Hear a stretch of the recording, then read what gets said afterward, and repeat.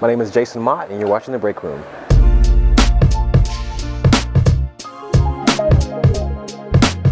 So guys, we're here in the Breakroom today with Jason Mott. How you doing, Jason? Good, how are you doing today? Pretty good, pretty good. So tell me, you're here for the NAACP Awards. Yes, very excited. How does it feel to be nominated?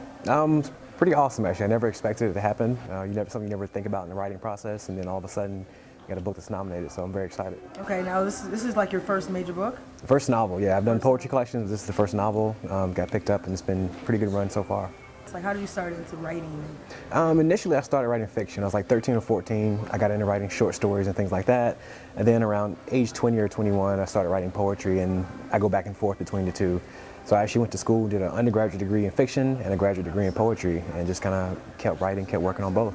Where'd you go to school? UNC Wilmington, down in North Carolina, where I'm from. Okay, so you're from North Carolina. Yep, born and raised in a very small town called Bolton. It's like 700 people. No one's ever heard of it. That's plenty of time to write. Exactly. A lot of creative inspiration. Exactly. Is that where you get most of your inspiration from for your books? Yeah, it is, definitely. I love small towns. Small towns have a very unique dynamic as far as family cultures and history and things like that. So I love writing stories set in that kind of world. Okay, now how is it? Is it country or is it? I live on a dirt road, put it like that. Yeah, okay. We got one stoplight, 2 gas stations, that's the whole town. Okay. Cow pastures, all that good stuff. Oh, cow pastures, okay. Do you do any farming? I don't, no, I don't. Okay. Now, so what type of books do you make?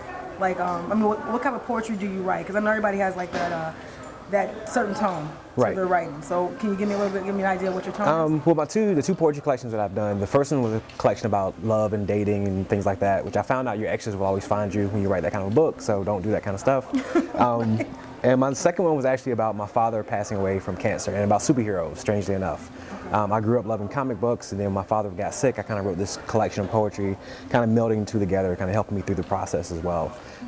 My writing style in general, I tend to focus on kind of combining magical realism, the fantastic with the real world, and trying to put the two together into something that fits. Okay.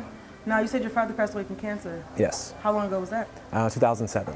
Okay. Oh, my dad passed away from cancer in 2007. Oh, wow. That was a hard time. Yes, definitely. Do you think it changed the tone of, with your father passing away, and I know you said you wrote poetry and comic books and stuff, do you feel that made you a different writer today? Like, how's it made you a different writer? I think I definitely learned more about the connections and what people mean to us, I think. After that happened, my stories began to be more about connections of people. Before that, they had just been more about events than about the actual people that are involved in the events. So I learned from passing my father just the connections that families build and what it means to really lose someone that close to you. Because I had already lost my mother, and then to lose my father as well, it kind of hits home twice, and you really understand what connections mean. Now, your book, Returned. Yeah. Tell me what it's about, first of all. Sure. The Returned is about this global event in which people's loved ones who have passed away have suddenly begun returning from death, just as they were in life. It centers around this couple, Harold and Lucille Hargrave, who are in their 70s, and they go through the door one day, and their 8-year-old son, who drowned 50 years ago, is at the door, still 8 years old, just as he was. So that's the event that's happening, not just for this couple, but for people all across the globe. And the world's really just trying to understand it and react to it.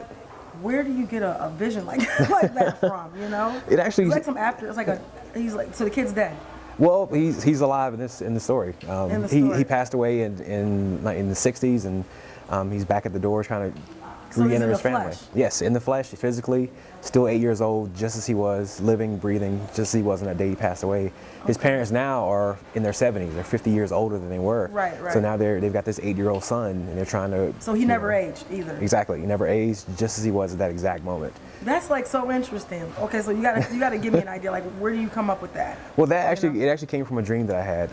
As I mentioned, my mother passed away in 2001. Right. And in 2010, I had this dream that I came home from work and found my mother sitting at the kitchen table waiting for me. And I came in and sat with her, and for what felt like hours, we just talked about all the things that had happened in the years that she passed away. Right. Me meeting new people. She gave me a hard time for not being married, so that's what your mom does. Right.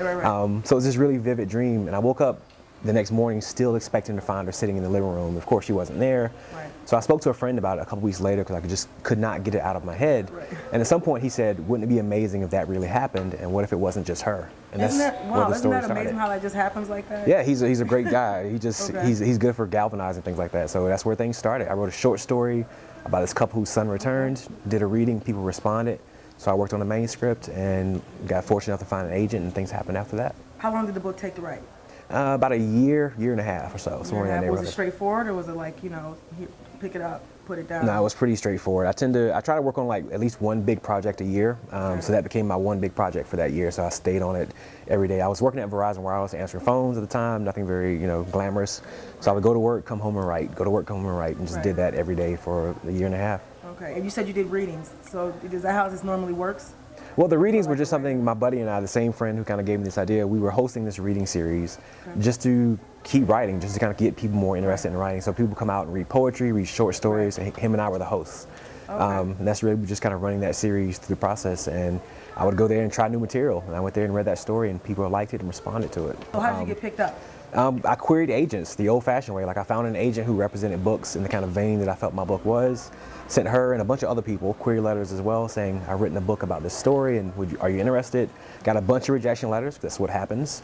Then I finally got one or an agent who said, "Hey, send me the manuscript. Let me read it." I sent it to her. She read it and she liked it and started representing me. And then we found a publisher maybe 6 months later, and it was just really fortunate to have the good publisher I have. Tell me how Brad Pitt picked up the book. Well, I wish I had a great story for like meeting him or something like that, but it actually came down to my literary agent knows a really good film rights agent. So she sent him a copy of the book once we had a publisher, and he liked the book. He said, "I think I can maybe find someone who would be interested in this."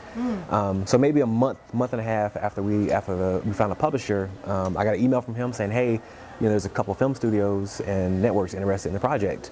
And Plan B, which is Brad Pitt's film company, I was a longtime fan of theirs. I'm a big movie buff, so I knew who they were. I knew their track record. And they tend to specialize in book-to-film translations. So that gave them a step up. Plus, I liked their work. This was their first television project, but they also teamed up with a really good production company from television. So everything just worked. And then when I met them and we talked, we got along. We had the same kind of creative influences. It was just a good fit from the very beginning. So we decided to work with them. And typically, I didn't expect anything to happen. Books get optioned. Oftentimes, will sit on a shelf for years and never go anywhere. But we were fortunate enough to where they found a writer really quickly, a director. It gained momentum in a very fast way that no one really expected. They shot a pilot. Pilot got picked up by ABC last year, and they spent last year shooting an 8-episode first season. The ABC is really pushing it really hard, and it's going to be great. Like I've seen the pilots. ABC is a great network. They're a wonderful network. Yeah, great people there too. And they take on a lot of new people as well. Yes, definitely, definitely. The cast members. Now, is there anybody that we know that's in the film? Omar Epps is the lead character actually. Oh, great. Yeah, Omar Epps is one of the lead characters. Kurtwood Smith, Francis Fisher. So they're a really amazing cast. I got to go down and meet them when they were shooting the pilot, and they're all really wonderful people. So yeah, they're a lot of good people. Now, being actors, how much grilling did you get from them about the different characters? I know you had to get something. We did a little bit. There was a little back and forth, a few conversations.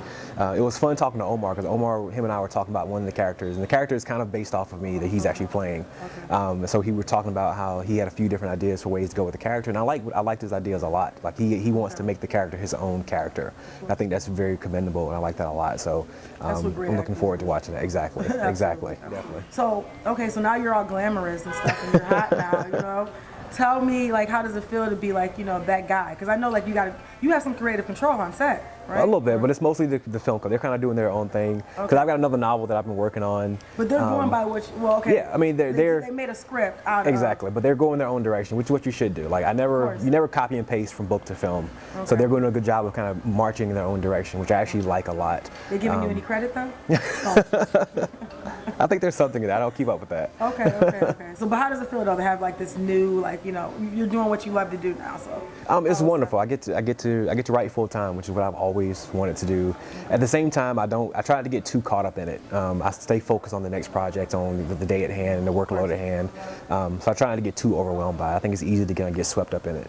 Is it more pressure for you now that you have to, by your publisher, and is it pressure for you to put out another good one? And, you know what I'm saying? Yeah, definitely. Be better than the last one. I mean, it's you really went overboard. Well, because you have this good book, you have this great book now, and now you got this great show. It's how are you going to top that?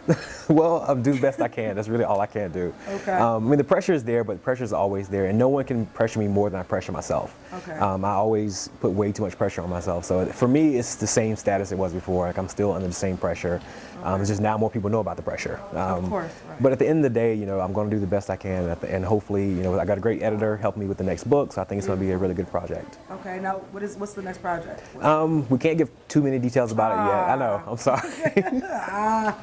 Okay. The next novel is another magical realism book. It's about this small town where this father and daughter are kind of caught up in this unique event, and the town is responding in a very unique kind of way. So that's the most I can tell right now. Right now it's still kind of under wraps, but that's the most I can give right now. Okay, okay. Now, what are you planning on, since you're doing television and stuff with your writing and, you know, it's becoming a television show, something unexpected, do you think that you'll be doing this in the future, maybe doing some more screenwriting, or what's in the future for Jason Mott? I would like to keep fiction writing primarily, but I would love to transition into film writing or screenwriting. I'm a huge movie buff. I love film. I love the cinema. So I would love to contribute to that conversation in a way. And if screenwriting is the venue through which I can do that, I would love to kind of make that happen one day. Okay. Yeah. What kind of stories would you try to do? Would you try to do be like a drama, or would you do anything that? I think drama or comedy probably. Those are two big areas that I like to kind of follow in. Those are the movies I like to watch the most. But at the end of the day, as a writer, I think it's good to stretch out. So whatever opportunities kind of came across the table, I would probably look at those and just see what I can do.